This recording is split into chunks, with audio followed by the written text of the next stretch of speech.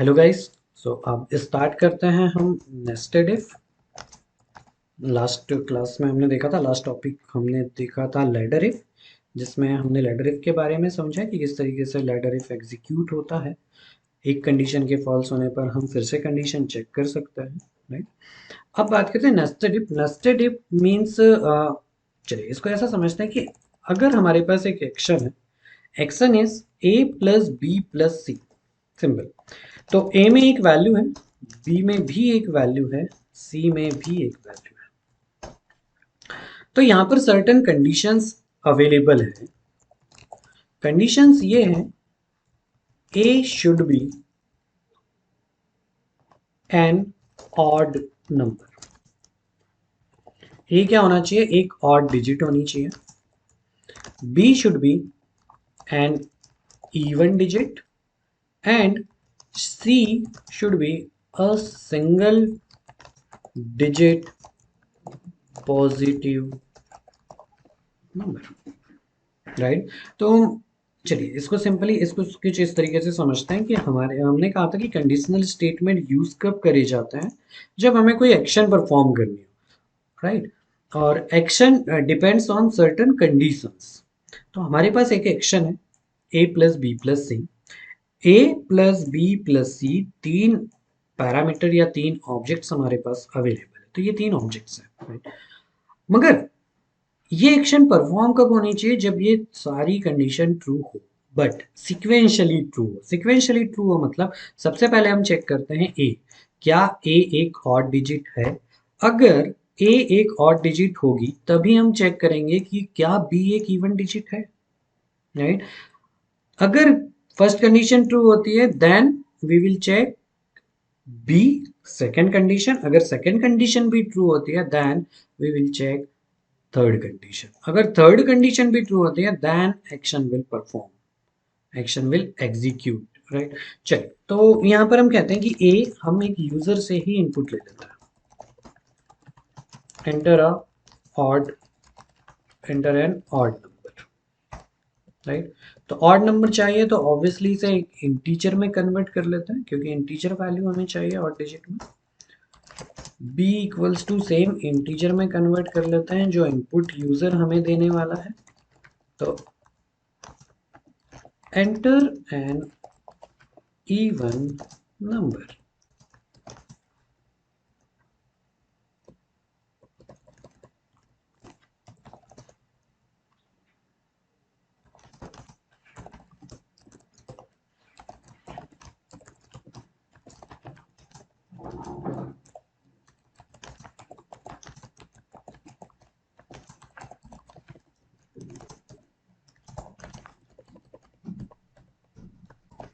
Right.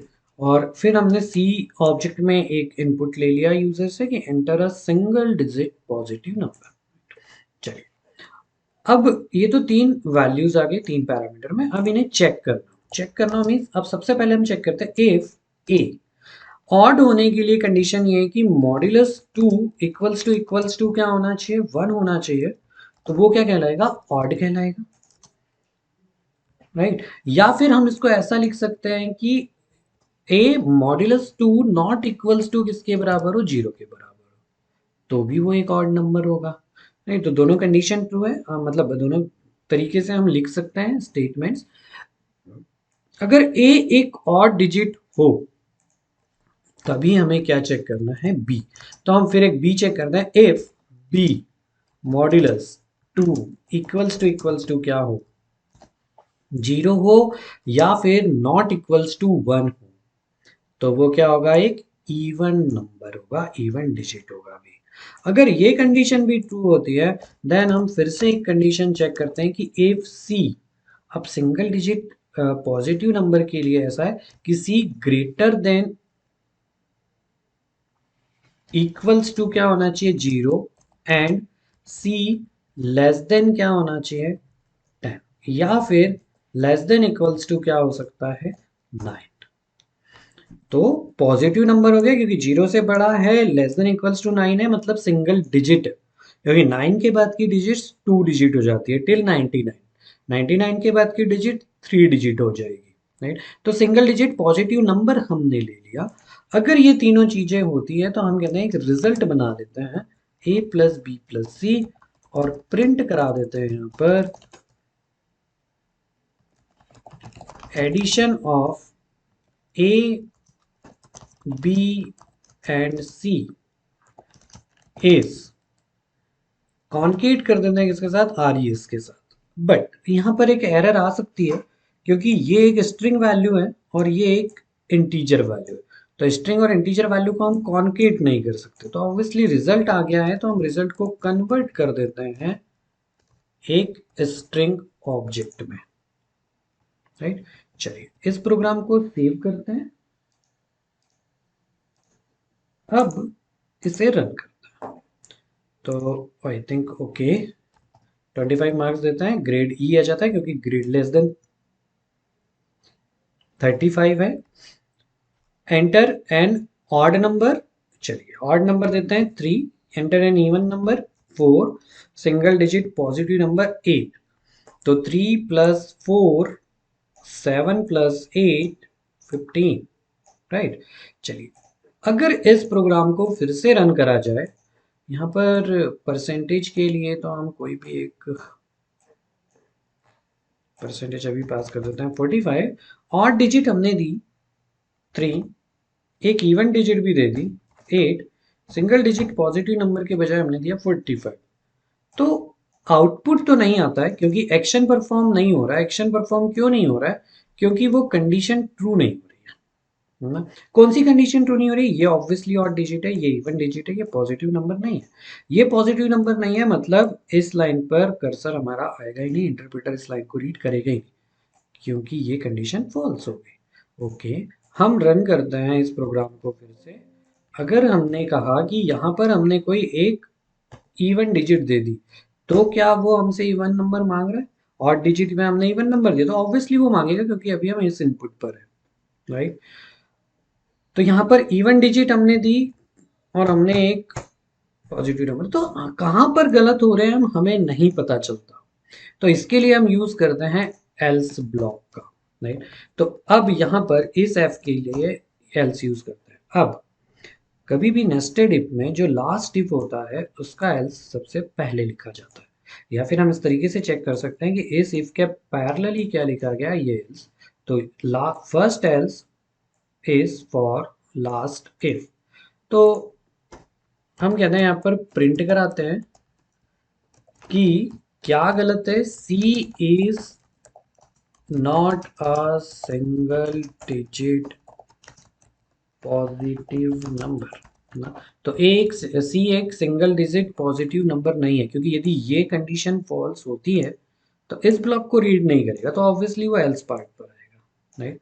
अगर यही condition false हो जाए तो वो इस पूरे ब्लॉक को रीड नहीं करेगा, क्योंकि ये ब्लॉक कब रीड होता है, जब ये कंडीशन ट्रू होगी। अगर वही कंडीशन ट्रू ना हो तो ऑब्वियसली वो कहाँ चला जाएगा, एल्स पार्ट पर। तो यहाँ पर हम कहते हैं कि b is not an even number या इवन डिजिट, राइट। अब अगर यही पार्ट फॉल्स हो जाए तो वो जाता है इस एल्स ब्लॉक पर। तो यहाँ पर हम कहते हैं कि a is not an odd digit. File को सेव करते हैं, फाइल को रन कराते हैं। ओके, परसेंटेज देते हैं, ए प्लस ग्रेड आ गए, बहुत बढ़िया। अब और डिजिट डालते हैं, 7 दिया हमने, इवन डिजिट 8 देते हैं, सिंगल पॉजिटिव नंबर 5 देते हैं। 7 प्लस 8 15 प्लस 5 20 आता है, बहुत बढ़िया। फिर से प्रोग्राम को रन करते हैं। हम एक ऑड डिजिट नहीं देते हैं, हम एक इवन डिजिट देते हैं। यहाँ पर इवन ही देते हैं, यहाँ पर पॉजिटिव नंबर ही देते हैं। तो क्या आउटपुट हमारे इनपुट में कहाँ गलत है, A is not an odd digit. A एक ऑड डिजिट नहीं है, ऑब्वियसली नहीं है ए एक ऑड डिजिट, इसलिए वहां पर क्या दिखा दिया उसने। अब यदि हम चलो ए को सही कर देते हैं, बी को गलत कर देते हैं।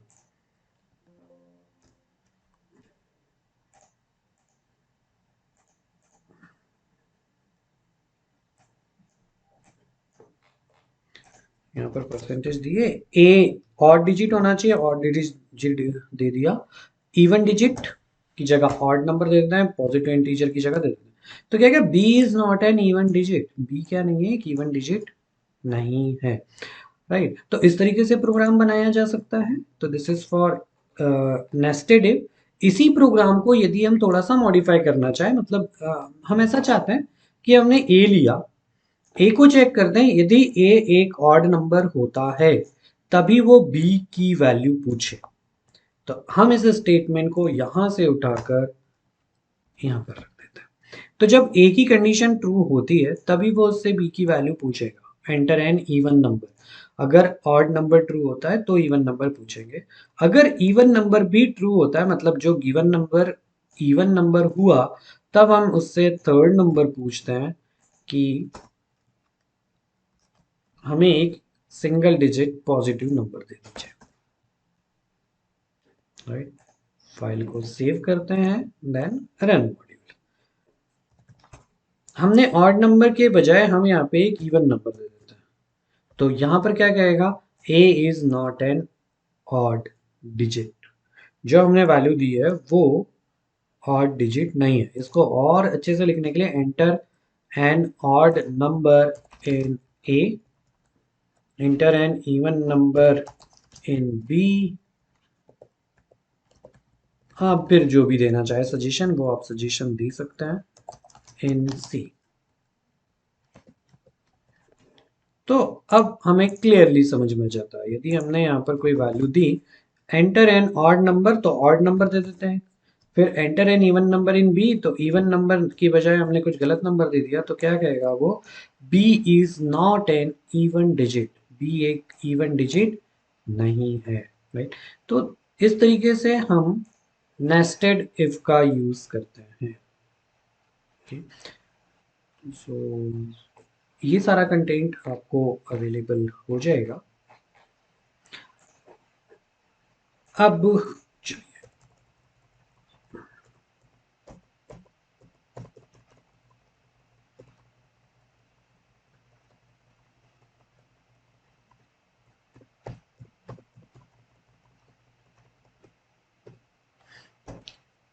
अब एक चीज होती है यहाँ पर पाइथन में, हम सिंगल स्टेटमेंट में भी कंडीशनल स्टेटमेंट को एग्जीक्यूट कर सकते हैं।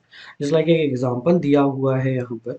अब एग्जांपल कुछ ऐसा है कि ए और बी दो वैल्यूज हैं, जिसमें 4 ए में असाइन है और बी में 5 असाइन है। हम कहते हैं A if A less than B हो तो स्मॉलर प्रिंट हो, एल्स में X equals to bigger bigger print हो जाए, राइट। ए की वैल्यू 4 है और बी की वैल्यू 5 है, तो ये आई थिंक ये एग्जीक्यूट हो जाता है। तो ये क्या होता है, ए लेस देन बी, तो ये ट्रू होता है, तो प्रिंट होता है स्मॉलर।